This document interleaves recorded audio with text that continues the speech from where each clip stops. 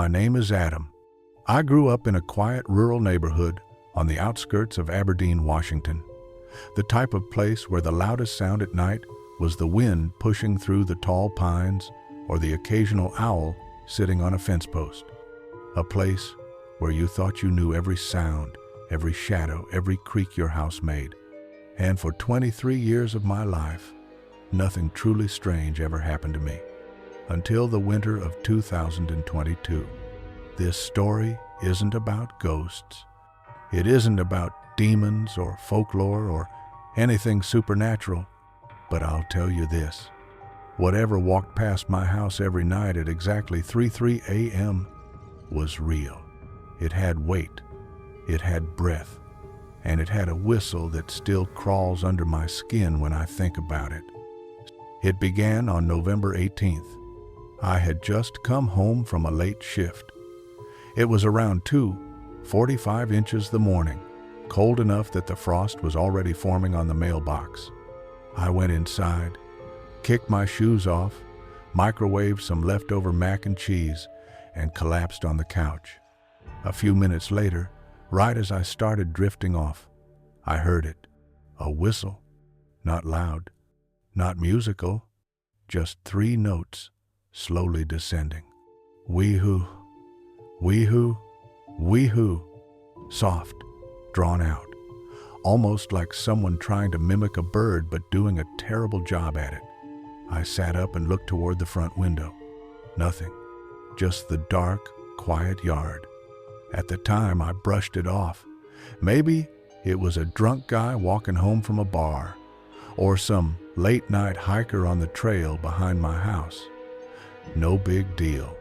I went to bed, but the next night, and the night after, and every night for the next 2 weeks, the whistle came back, always at exactly 3:03 a.m. By the 5th night, it had a pattern. First, the soft crunch of footsteps on the gravel road. Then, the whistle, always those same 3 descending notes. Then the slow, dragging walk past my driveway. Never fast, never hurried. Just a steady pace. I started timing it. Whoever or whatever walked past my house took about 14 seconds to go from the mailbox to the old apple tree on the other side of my property. 14 seconds of footsteps. 14 seconds of that whistle. 14 seconds, where every instinct in my body told me, don't look out the window. Now, something important. My younger sister, Mari, moves in with me around late November because her apartment was having electrical problems. She's 2 years younger than me, tough as nails, and absolutely hates horror movies. So, I didn't tell her about the whistling. She got home from her job around 11 p.m. each night, went straight to bed, and never heard a thing. But on December 3rd, she did. I woke up to her shaking me. Adam, someone is outside. My stomach dropped instantly. What did you hear? I asked. She swallowed hard, whistling, like some creep walking right under my window. We both froze as the sound reached us. Wee-hoo, wee-hoo, wee-hoo. I checked the clock. 3:03 a.m. Exactly. Mari whispered, who the hell whistles like that in the middle of the night? I didn't answer, because the truth was, I had been hearing it for 3 weeks. The next morning, after Mari left for work, I set up a camera on the porch. Not a security camera, just my old Nikon on a tripod with a motion sensor attachment. At 3:03 a.m., like clockwork, I heard it again. The footsteps, the whistle. I didn't look out the window. Instead, I waited until morning to check the camera. But when I played the footage back, there was nothing. No person, no animal, not even a shadow. Just the audio. Faint footsteps and that eerie, descending whistle. But visually, the camera showed an empty road. This is when I started to feel genuinely scared, not because the thing was invisible, but because the camera acted like nothing was there at all, as if it chose what got recorded and what didn't. Behind my house, maybe 200 yards into the pines, is an old hiking trail. Locals call it the Loggers Cut. It connects several rural roads, and teens sometimes use it to sneak between neighborhoods. I'd used that trail 1,000 times growing up. But one morning, about a week after the camera failed to capture anything, I walked the trail at sunrise and found something that made my blood run cold. Every 50 feet, there were shoe prints. Deep prints. Heavy prints. Like someone weighing well over 200 pounds had walked the trail last night when the ground was still soft from rain. They were spaced unnaturally far apart, too long for a normal stride. And every few prints, the dirt was disturbed in a perfect circle, almost like the person had stopped, pivoted, and stood in place for minutes. But the worst part?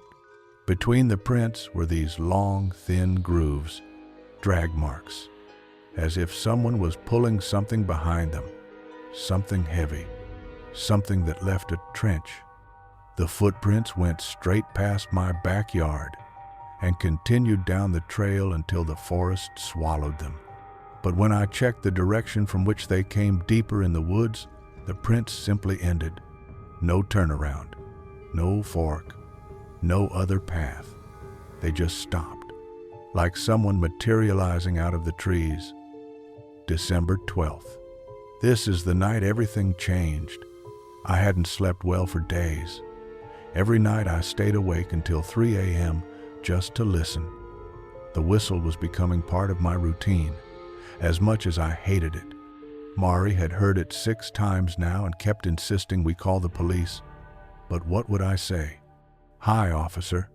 A man walks by every night at exactly 3 a.m. and whistles?" They'd think we were paranoid. Still, that night, we stayed awake together. The footsteps came, the whistle started, but this time, they stopped, right in front of our house. Mari leaned toward the window. "Don't," I whispered. But she did. Just a glance through the blinds. She gasped and jumped back. "What did you see?" I hissed. She swallowed, hard. "Adam, it wasn't human." I grabbed the blinds and peeked through a narrow gap. And for the first time in almost a month, I saw it. A tall, thin figure standing in the road, not moving, just facing our house, with its head slightly tilted. The porch light hit it just enough to outline its shape. Slouching shoulders, very long arms, and legs too thin to support its height. I couldn't make out a face, but I could see its chest rising and falling slowly, like shallow breaths. Then it turned, not walking, not stepping, but pivoting in one single smooth motion. Then it continued down the road. As it walked away, that whistle drifted back. Wee-hoo, wee-hoo, wee-hoo. Except this time, it was louder, more deliberate, almost mocking. That morning, we finally called the sheriff's department. 2 deputies came, checked the yard, walked the trail, and took a statement. They were polite, but they were clearly skeptical. The older one told us, "Probably just a late-night hiker or someone passing through. You two need some sleep." I showed them the footprints I found earlier that week. They frowned, took photos, but didn't say much. Before leaving, the younger deputy said, "Listen, if you see it again, don't confront it. Call us immediately." That night we slept with the living room lights on.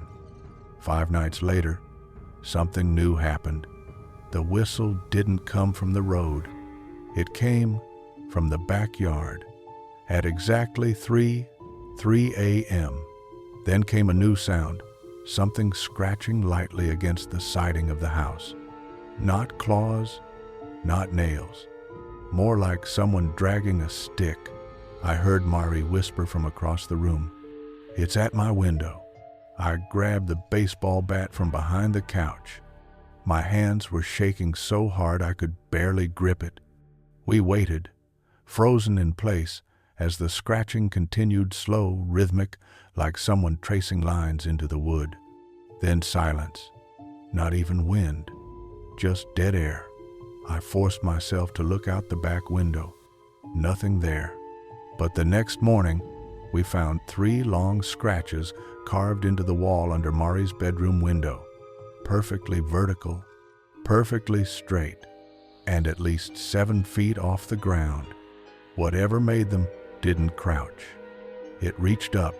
By late December, we were sleeping in shifts. Neither of us could handle the nightly anxiety. One night, around 2:50 a.m., the house phone rang. Nobody ever calls us that late, ever. I picked it up. "Hello?" Nothing. Just faint breathing. Slow, steady, deliberate. I was about to hang up when I heard it. Wee-hoo, wee-hoo, wee-hoo. I dropped the phone. From outside, exactly on time, I heard footsteps approaching. Whoever called us was already standing on the road. That morning, I tore apart the camera setup and rebuilt it with a different sensor. I added infrared triggers and set the shutter to rapid mode so it would capture anything that moved, even shadows. At 3:03 a.m., it captured something. Not a clear image, not even a silhouette, but a blur, something long and thin, bending in a way that looked impossible for a human body. And in one frame, a hand. Not a normal hand. A long skeletal thing with joints bending in the wrong direction, and wrapped around 2 of the fingers were strands of hair, human hair, dark brown. Mari's hair was dark brown. That was the moment I realized something horrifying. It wasn't just walking past our house. It was watching us, studying us, learning us. January 5th, 2023. This is the night everything stopped, at least for us. At 3:02 a.m., 1 minute early, the air went still. No wind, no frogs, no distant engines, just silence thick enough to choke on. Then we heard it, but not the whistle, a voice, right outside the living room window, a raspy, breathy whisper. "Adam," Mari screamed. I grabbed the blinds and yanked them open. Something tall and bent was standing inches from the glass, staring at me with a face I still can't fully describe. The eyes were wrong, too large, too reflective, too hungry. As soon as I made eye contact, it stepped backward into the dark. Then the whistle came. Wee-hoo, wee-hoo, wee-hoo. Except this time it wasn't walking away. It was circling the house, slowly, deliberately, dragging its hand along the siding again. Mari called the sheriff while I stood there holding the bat, praying the windows would hold. It whistled for 11 straight minutes. Then the deputies arrived. Their sirens broke the silence. The whistling stopped instantly. By the time officers reached the backyard, it was gone. But they found fresh footprints, deep, heavy, circling the entire house.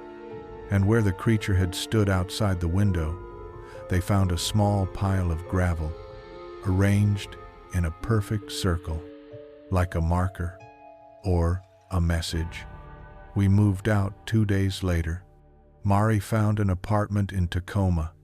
I moved in with a friend across town. But here's the part that still haunts me. A week after leaving, I got a text from my old neighbor. "Did you have a friend visiting your place last night? Someone tall was standing in your old driveway at 3 a.m., looking at the house. I didn't respond. I couldn't, because deep down, I knew it wasn't there for the house. It was there for me. And every night since, whether I'm in the city or on a friend's couch, I still wake up at 3 a.m. And sometimes, when the world is quiet, I swear I hear those 3 descending notes somewhere far away. Wee-hoo, wee-hoo, wee-hoo, like something is walking, searching, still whistling, still coming closer.